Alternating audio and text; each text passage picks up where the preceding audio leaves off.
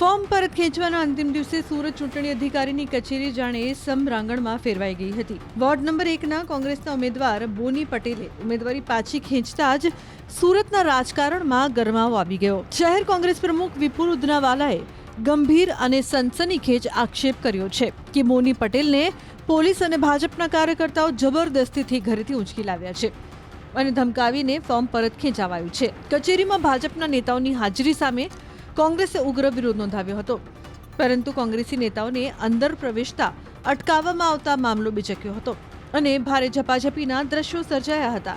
High voltage drama અને હોબાળા વચ્ચે અંતે બોની પટેલે પોતાની ઉમેદવારી પાછી ખેંચી લેતા કોંગ્રેસ છાવણીમાં રોષ અને સન્નાટો પ્રસરી ગયો છે.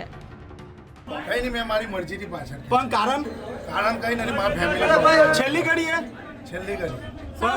શા માટે એટલે મેં એમ જ કે સ્વયંસેવકો મારા જે કાર્યકર્તાઓ હતા તેની સાથે મગજમારી થઈ. શું મગજમારી થઈ? એટલે કામ બાબતમાં. કયા કામ બાબત? કામ એટલે આપણું ઇલેક્શનના કામ બાબત. તમે ભાજપના સંપર્કમાં હતા? ના, કોઈ ભાજપના સંકલ્પ. છેલ્લી ઘડીએ કેમ ફોર્મ પરત ખેંચો? એટલા માટે જ મારે એમની સાથે વાતચીત ચાલતી કોની એટલે સાથે? એ આપણા કાર્યકર્તા સાથે કે એ લોકો કામમાં જરા ગયા હતા, કંઈ ધ્યાન નહીં આપતા હતા, એટલા માટે. મારી સાથે કોઈ ભાજપના કાર્યકર્તા છે જ નહીં. સ્થાનિક સ્વરાજની ચૂંટણીમાં ફોર્મ ખેંચવાનો આજે છેલ્લો દિવસ હતો, ત્યારે કોંગ્રેસના 40 કરતાં વધુ મજબૂત ઉમેદવારોને અજ્ઞાત સ્થળે રાખવામાં આવ્યા હતા. તેમ તો છતાં પણ એક ઉમેદવારને ભાજપના કાર્યકર્તાઓ લઈ કલેક્ટર ઓફિસ ખાતે પહોંચ્યા હતા અને વોર્ડ નંબર 1ના બોની પટેલ નામના ઉમેદવારનું ફોર્મ પરત ખેંચ્યું છે. ત્યારે કોંગ્રેસના આગેવાનો છે, આપણે સીધા વાત કરી. સંજયભાઈ, શું કહેશો? ફોર્મ પરત ખેંચ્યું છે એક ઉમેદવારે. હું કલ્પેશ રાણા વોર્ડ 1 નંબરનો ઉમેદવાર છું. મારી પેનલમાંથી બોની જગદીશભાઈ પટેલે ફોર્મ ખેંચ્યું છે. આજે કલેક્ટર કચેરીએ ઘરે બીજેપીની અને પોલીસની ટીમ કાલ રાતથી જ એના ઘરે બેઠી હતી અને ધમકી આપવામાં આવતી હતી અને એને ધમકી અને માનસિક રીતે એટલો બધો હેરાન કરવામાં આવ્યો.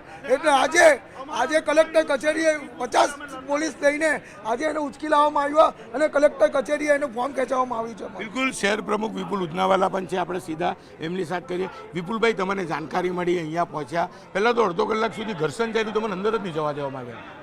આ ભારતીય જનતા પાર્ટી દુનિયાની સૌથી શક્તિશાળી ફાકા ફોજદારવાળી અને સૌથી તાકાતવાળી સરકાર આજે એક સામાન્ય મહાનગરપાલિકાનું ચૂંટણી પણ ફેસ નથી કરી શકતી.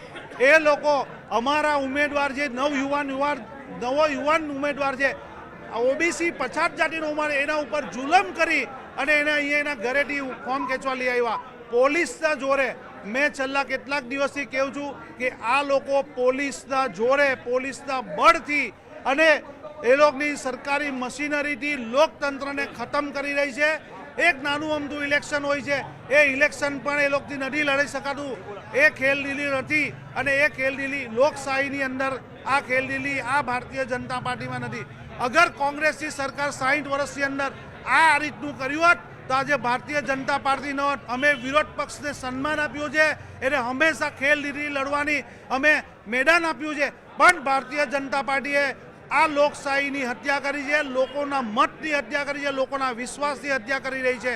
તમે જુઓ છો, આ ભારતીય જનતા પાર્ટીના લોકો ગુંડા, મવાલી, પોલીસ અને એના કાર્યકર્તા, ધારાસભ્ય, સરકારની ફૂલ મશીનરી અને અમે અમારા જે યુવાનો છે, એ યુવાનો જે સંઘર્ષભાઈ છે, જે સમાજના સાચા સિપાહી છે, એ અમે લોકો આ ચૂંટણી લડવા માટે આવ્યા હતા અને એ અમારા યુવાનને આજે એ લોકોની વિશ્વગુરુની શક્તિ લઈને આવી એનું ફોર્મ ખેંચાવી ગયા. વિપુલ ઉદનાવાલા તેમને સીધો આક્ષેપ કર્યો છે કે ભાજપ ગુનેગારોનો ઉપયોગ કરી રહી છે, પોલીસનો ઉપયોગ કરી રહી છે, તંત્રનો મશીનરીનો ઉપયોગ કરી રહી છે અને ફોર્મ પરત ખેંચાવી રહ્યા છે.